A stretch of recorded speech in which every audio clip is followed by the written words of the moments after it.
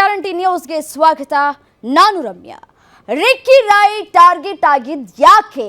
Ricky Rai ಮೇಲೆ firing ಮಾಡಿದ್ ಯಾರು? ಯಾಕೆ ಅವರನ್ನೇ ಟಾರ್ಗೆಟ್ ಮಾಡಿದ್ರು? ಆ ಕುರಿತ ಬ್ರೇಕಿಂಗ್ ನ್ಯೂಸ್ ನಿಮ್ಮ ಮುಂದೆ.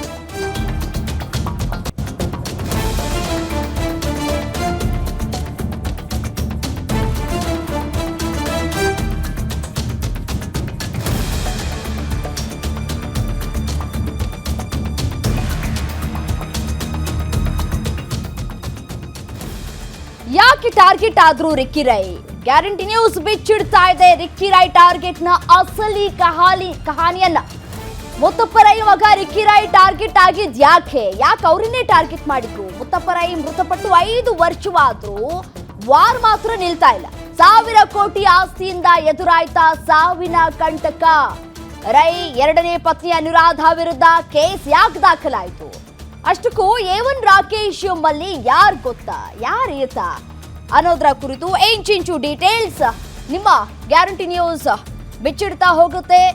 ಮುತ್ತಪ್ಪ ರೈ ಮಗ ರಿಕ್ಕಿ ರೈನೇ ಯಾಕೆ ಟಾರ್ಗೆಟ್ ಮಾಡಿದ್ರು? ಕೋಟ್ಯಾಂತರ ರೂಪಾಯಿ ಆಸ್ತಿ ಮಾಡಿದ್ರೆ ಈ ರೀತಿಯಾದಂತಹ ಟಾರ್ಗೆಟ್ ಆಗ್ತಾರ ಅಥವಾ ಯಾಕೆ ಅವರನ್ನೇ ಟಾರ್ಗೆಟ್ ಮಾಡಿದ್ರು?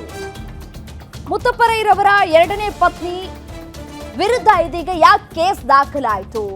A1 ರಾಕೇಶ್ ಅಂತ ಹೇಳಿ ಇಲ್ಲಿ ಕಂಪ್ಲೇಂಟ್ ನಲ್ಲಿ ಉಲ್ಲೇಖ ಮಾಡಲಾಗಿದೆ. ಸೊ ಆತ ಯಾರು, ಆತನ ಹಿನ್ನೆಲೆ ಏನು, ಈ ರಿಕ್ಕಿ ರೈನ ಯಾಕೆ ಟಾರ್ಗೆಟ್ ಮಾಡಿದ್ರು ಅನ್ನುವಂತಹ ಪ್ರಶ್ನೆಗಳು ಕೂಡ ಇಲ್ಲಿ ಉದ್ಭವ ಆಗ್ತಾ ಇದೆ.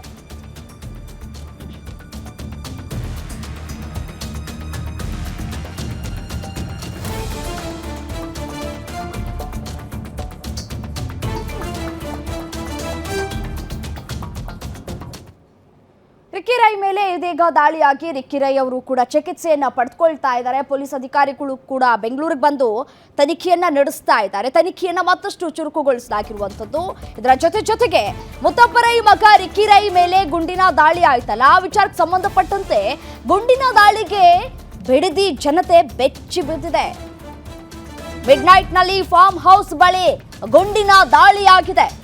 ಐಷಾರಾಮಿ ಫಾರ್ಮ್ ಹೌಸ್ ಗೇಟ್ ನಲ್ಲೇ ರಿಕ್ಕಿ ರೈಗೆ ಗುಂಡೇಟು ಬಿದ್ದಿದೆ. ಕಾದು ಕುಳಿತು ಕತ್ತಲಲ್ಲೇ ಟಾರ್ಗೆಟ್ ಮಾಡಲಾಗಿದೆ. ಸ್ವಲ್ಪ ಯಾಮಾರಿದ್ರು ರಿಕ್ಕಿ ರೈ ಪ್ರಾಣ ಪಕ್ಷಿ ಹಾರಿ ಹೋಗ್ತಾ ಇತ್ತು. ಅಷ್ಟಕ್ಕೂ ಮಲತಾಯಿ ಅನುರಾಧ ವಿರುದ್ಧ ದೂರು ದಾಖಲಿಸಿದ್ ಯಾಕೆ? ಬಿಡದಿ ಠಾಣೆಯಲ್ಲಿ FIR ನಲ್ಲಿ ಪಿನ್ ಟು ಪಿನ್ ಡೀಟೇಲ್ಸ್ ಅನ್ನ ಕೂಡ ದಾಖಲು ಮಾಡಲಾಗಿದೆ. ಯಾಕೆ ಅವರೇ ಟಾರ್ಗೆಟ್ ಆದ್ರು? ರಿಕ್ಕಿ ರೈನ ಯಾಕೆ ಟಾರ್ಗೆಟ್ ಮಾಡಿದ್ರು? ರಾಕೇಶ್ ಯಾರು? ಅನುರಾಧ ಅವರು ಯಾಕೆ ಈ ಒಂದು ಪ್ಲಾನ್ ಮಾಡಿದ್ರು? A2 ಆಗಿ ಅನುರಾಧರನ್ನ ಇದೀಗ ಕಂಪ್ಲೇಂಟ್ ನಲ್ಲಿ ಮೆನ್ಷನ್ ಮಾಡಲಾಗಿದೆ. A1 ರಾಕೇಶ್ ಅಂತ ಕೂಡ ಹೇಳಲಾಗ್ತಾ ಇದೆ. ರಾಕೇಶ್ಗೂ ರಿಕ್ಕಿಗೂ ಏನ್ ಸಂಬಂಧ ಅನ್ನುವಂತಹ ಪ್ರಶ್ನೆಗಳು. ಯಾಕೆ ರಿಕ್ಕಿನ ಟಾರ್ಗೆಟ್ ಮಾಡಿದ್ರು? ಇನ್ ಕೇಸ್ ಏನಾದ್ರೂ ಇದು ಬೆಳಗ್ಗಿನ ಜಾವ ಆಗಿದ್ರೆ ಸಾಧ್ಯನೇ ಆಗ್ತಾ ಇರಲಿಲ್ಲ. ಈ ರೀತಿಯಾದಂತಹ ಫೈರಿಂಗ್ ಏನಿದೆ ಅದ್ಯಾವುದೂ ಕೂಡ ಸಾಧ್ಯ ಆಗ್ತಾ ಇರಲಿಲ್ಲ.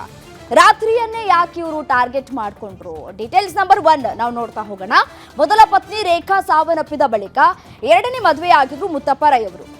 ಡೀಟೇಲ್ಸ್ ನಂಬರ್ 2 2013ರಲ್ಲಿ ರೇಖಾ ರೈ ಅವರು ಅನಾರೋಗ್ಯದಿಂದ ನಿಧನರಾಗ್ತಾರೆ.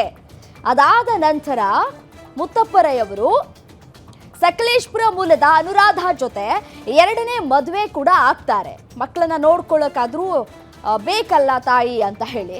ಸೊ ಅದಾದ ನಂತರ ಡೀಟೇಲ್ಸ್ ನಂಬರ್ 4 ನಾವು ನೋಡ್ತಾ ಹೋಗೋದಾದ್ರೆ ಎರಡನೇ ಮದುವೆಯಾದ ಬಳಿಕ ಮುತ್ತಪ್ಪ ರೈಗೆ ಕ್ಯಾನ್ಸರ್ ಇರೋದು ಗೊತ್ತಾಗತ್ತೆ. ಡೀಟೇಲ್ಸ್ ನಂಬರ್ 5 ಕ್ಯಾನ್ಸರ್ಗೆ ಚಿಕಿತ್ಸೆಯನ್ನ ಪಡೆಯೋದಕ್ಕೆ ವಿದೇಶಕ್ಕೆ ಅವರು ಪ್ರಯಾಣವನ್ನ ಬೆಳೆಸ್ತಾರೆ. ಅಲ್ಲಿ ಚಿಕಿತ್ಸೆಯನ್ನ ಪಡೆದುಕೊಂಡು ಬರೋದಕ್ಕೆ ಅಂತ ಹೇಳಿ ಹೊರಡ್ತಾರೆ. ವಿದೇಶದಿಂದ ವಾಪಸ್ ಬಂದು ಆಸ್ತಿ ವಿಲ್ ಕೂಡ ಬರ್ತಿದ್ರು ರೈ. ಅಲ್ಲಿಂದಲೇ ಶುರುವಾಗಿದ್ದು ನೋಡಿ, ವಿಲ್ಲಿಂದಲೇ ಇದೆಲ್ಲವೂ ಕೂಡ ಶುರುವಾಗಿದ್ದು. ಡೀಟೇಲ್ಸ್ ನಂಬರ್ 7 ಎರಡನೇ ಪತ್ನಿ ಅನುರಾಧರಿಂದಲೂ ಅಂತರವನ್ನ ಕಾಯ್ದುಕೊಂಡಿದ್ರು ಮುತ್ತಪ್ಪ ರೈ ಅನ್ನೋದು ಗೊತ್ತಾಗ್ತಾ ಇದೆ. ಡೀಟೇಲ್ಸ್ ನಂಬರ್ 8 ಮೇ 15, 2020ರಲ್ಲಿ ಬೆಂಗಳೂರಿನ ಮಣಿಪಾಲ್ ಆಸ್ಪತ್ರೆಯಲ್ಲಿ ಮುತ್ತಪ್ಪ ರೈರವರು ನಿಧನ ಹೊಂದ್ತಾರೆ. Details number 9 real story open ಆಗಿದೆ ವಿಲ್ ತೆರೆದ ಬಳಿಕ. ಇಲ್ಲಿ ಎಲ್ಲವೂ ಕೂಡ ಆಸ್ತಿಯ ಮೇಲೆ ನಿಂತಿದೆ. 2,000 ಕೋಟಿ ಆಸ್ತಿಯನ್ನ ಇಬ್ಬರ ಮಕ್ಕಳಿಗೆ ಸಮಾನವಾಗಿ ಹಂಚಿದ್ದಾರೆ ರೈ ಅವರು. ವಿಲ್ ಪ್ರಶ್ನಿಸಿ ಆಸ್ತಿಯಲ್ಲಿ ಸಮಭಾಗ ನೀಡುವಂತೆ ಕೋರ್ಟ್ಗೆ ಹೋಗಿದ್ರು ಅನುರಾಧ ಅವರು. ನಮಗೂ ಕೂಡ ಪಾಲ್ ಬರಬೇಕು ಅಂತ ಕೂಡ ಹೇಳಿ ಕೋರ್ಟ್ ಮೆಟ್ಟಿಲೇರಿದ್ರು. ಆ ಬಳಿಕ ಅನುರಾಧ ರೈ ಮದುವೆ ಕಾನೂನಾತ್ಮಕ ಅಂತ ಹೇಳಿ ಸಾಬೀತಾಗುತ್ತೆ. ಅವ್ರ ಜೊತೆ ದಾಂಪತ್ಯ ಜೀವನವನ್ನ ನಡೆಸಿದ್ರು ಅನ್ನೋದು ಗೊತ್ತಾಗುತ್ತೆ. ಮುತ್ತಪ್ಪ ರೈ ಆಸ್ತಿಯಲ್ಲಿ ಅನುರಾಧಗೂ ಪಾಲ್ ನೀಡುವಂತೆ ಕೋರ್ಟ್ ಒಂದ್ ಕಡೆ ಆದೇಶವನ್ನ ಹೊರಡಿಸುತ್ತೆ. ಇದಕ್ಕೆ ವಿರುದ್ಧವಾಗಿ ಆದೇಶ ಏನ್ ಬಂತು, ಆ ನಂತರ ಕೆಲವು ಆಸ್ತಿಗಳ ಹಂಚಿಕೆಯಲ್ಲಿ ರಿಕ್ಕಿ ರೈ ಅನುರಾಧ ನಡುವೆ ವಾರ್ ಶುರುವಾಗುತ್ತೆ, ಜಟಾಪಟಿಗಳು ಶುರುವಾಗುತ್ತೆ, ಜಗಳಗಳಾಗುತ್ತೆ ಇಬ್ಬರ ಮಧ್ಯೆ. ಆಸ್ತಿ ವಿಚಾರದಲ್ಲಿ ಗುಂಡಿನ ದಾಳಿ ನಡೆದಿರೋ ಆರೋಪದಲ್ಲಿ ಅನುರಾಧ ವಿರುದ್ಧ ಕೇಸ್ ಕೂಡ ದಾಖಲಾಗಿದೆ. ಆಸ್ತಿ ವಿಚಾರಕ್ಕೆ ಅನ್ನೋದು ಗೊತ್ತಾಗ್ತಾ ಇದೆ ಇದೀಗ. ಮೊದಲ ಪತ್ನಿ ರೇಖಾ ಸಾವನ್ನಪ್ಪಿದ ಬಳಿಕ ಎರಡನೇ ಮದುವೆ ಆಗ್ತಾರೆ. ಎರಡನೇ ಮದುವೆ ಆದ ನಂತರ ಮುತ್ತಪ್ಪ ರೈ ಅವರಿಗೆ ಕ್ಯಾನ್ಸರ್ ಇರೋದು ಗೊತ್ತಾಗುತ್ತೆ. ಕ್ಯಾನ್ಸರ್ ಆದ ನಂತರ ಅವರು ವಿದೇಶಕ್ಕೆ ಹೋಗಿ ಅಲ್ಲಿ ಚಿಕಿತ್ಸೆಯನ್ನು ಕೂಡ ಪಡೆದುಕೊಂಡು ವಾಪಸ್ ಭಾರತಕ್ಕೆ ಆಗಮಿಸ್ತಾರೆ.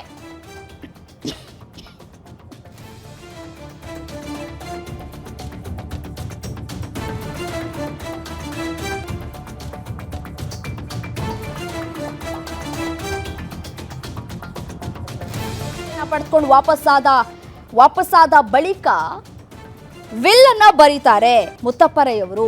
ಮೊದಲನೆಯ ಹೆಂಡತಿಗೆ ಇಬ್ಬರು ಮಕ್ಕಳಿರ್ತಾರೆ, ಇಬ್ಬರು ಕೂಡ ಗಂಡು ಮಕ್ಕಳು. ಆ ಇಬ್ಬರಿಗೂ ಕೂಡ ಆಸ್ತಿಯನ್ನ ಸಮಭಾಗವಾಗಿ ಹಂಚಿರ್ತಾರೆ. ಅದು ಅಲ್ಲಿ ತನಕ ಗೊತ್ತಿರೋದಿಲ್ಲ. ಯಾವಾಗ ಗೊತ್ತಾಗುತ್ತೆ ಅಂತಂದ್ರೆ ಅನುರಾಧ ಅವರಿಗೆ ಯಾವಾಗ ಮುತ್ತಪ್ಪ ರೈ ಅವರು 2020ರಲ್ಲಿ ತೀರ್ಕೊಳ್ತಾರೋ ಅದಾದ ನಂತರ ಆಸ್ತಿ ವಿವಾದ ಒಂದಷ್ಟು ಮುನ್ನೆಲೆಗೆ ಬರುತ್ತೆ. ಆಸ್ತಿ ವಿಚಾರಕ್ಕೆ ಸಂಬಂಧಪಟ್ಟಂತೆ ಒಂದಷ್ಟು ಕುಟುಂಬದಲ್ಲಿ ಮಾತುಕತೆಗಳಾಗತ್ತೆ. ಅಷ್ಟು ಆಸ್ತಿಯನ್ನ ಇಬ್ಬರು ಮಕ್ಕಳಿಗೆ ಮಾಡಿದ್ದಕ್ಕೆ ಅನುರಾಧರವರು ತಕರಾರನ್ನ ಎತ್ತುತ್ತಾರೆ. ನಮಗೂ ಕೂಡ ಸಮಪಾಲು ಬರಬೇಕು ಅಂತ ಅವರು ಕೋರ್ಟ್ ಮೆಟ್ಟಿಲು ಏರ್ತಾರೆ. ಕೋರ್ಟಲ್ಲೂ ಕೂಡ ವಾದ ಪ್ರತಿವಾದಗಳು ಕೂಡ ಆಗತ್ತೆ. ಅದಾದ ನಂತರ ಆಸ್ತಿಯಲ್ಲಿ ಅವ್ರಿಗೂ ಕೂಡ ಭಾಗವನ್ನ ಕೊಡಬೇಕು ಅನ್ನೋದು ಗೊತ್ತಾಗತ್ತೆ. ಅದಕ್ಕೆ ಆ ವಿಚಾರಕ್ಕೆ ಸಂಬಂಧಪಟ್ಟಂತೆ ರಿಕ್ಕಿ ಮತ್ತೆ ಅನುರಾಧ ವಿರುದ್ಧ ಒಂದಷ್ಟು ಫೈಟ್ಗಳು ನಡೆಯುತ್ತೆ. ಇಬ್ಬರು ಕೂಡ ಜಟಾಪಟಿಗಳನ್ನು ನಡೆಸ್ಕೊಳ್ತಾನೆ ಬಂದಿರ್ತಾರೆ. ಅದು ಈಗ ಇಷ್ಟೆಲ್ಲ ಆಗೋದಕ್ಕೆ ರಿಕ್ಕಿ ರೈ ಅಲ್ವಾ ಕಾರಣ.